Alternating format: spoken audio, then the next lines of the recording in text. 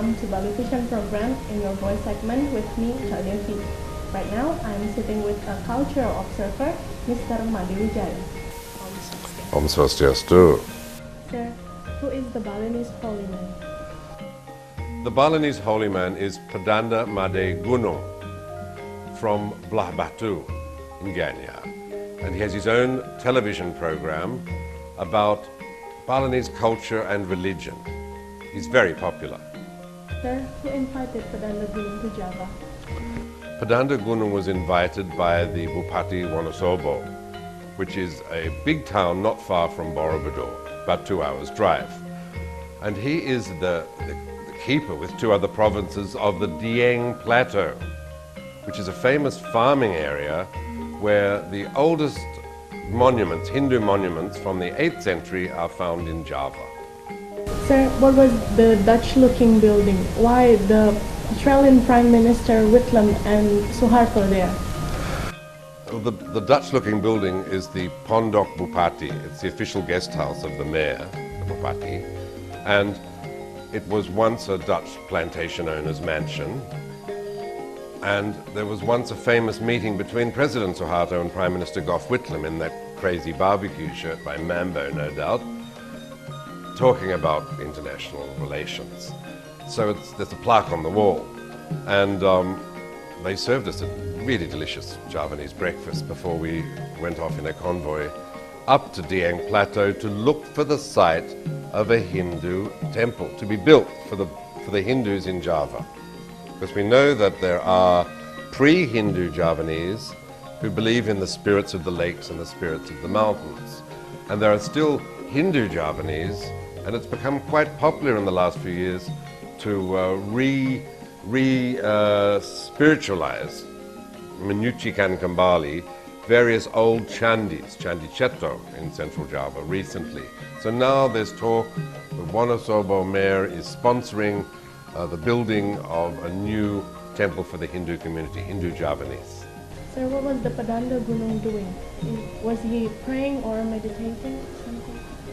Well, our first stop in the Dieng Plateau, which is an hour's drive from Wonosobo and a beautiful drive through their famous potato country and lots of cabbages, our first stop was the Three-Coloured Lake, which is a mystical place with many holy springs. Going back for maybe 1200 years, Hindu and Javanese holy men have sought wahyu, have sought spiritual guidance in these caves. President Sukarno, President Suharto, Gus Dur, the charismatic Muslim holy man, President of Indonesia, have all meditated there. So on this day, the Padanda Gunung also meditated in a cave where some Hindu statues of Shiva had been presented by the ex-governor of Bali, Dewa Brata. And who is the man who wears the Javanese costume? This is the Juru Kunci. He's the keeper of the key. It gets very Lord of the Rings at this point, because here we are in sort of Middle Earth, Middle Java, and you have this wonderful keeper of the key in the Javanese blankon and the Javanese traditional costume. And he allows people who are seeking guidance into the holy well, into the holy cave, and he talks to them about their experiences. So on this day he had a good chat to the Padanda Gunung, who said that, I said, did you get any message from the other side? And he said, well, it was rather like a light bulb where the glass was a bit dirty. Sir, there's a photo. You were standing with a Muslim elder. Who is that? This was the head of the Muslim community in Wonosobo, and I asked him if it was true that there were 400 Hindus up there, and he said, no, there aren't any. It turns out that the Hindus were still downtown and didn't get the news in time. And then at the museum later on, I saw there were photographs of what looked like big Balinese ceremonies. I thought, what have they done here? Taken photographs from Bali, put them in the museum. Very good museum. Beautiful Indian-looking statues, Ganeshas, Shivas, fantastic things.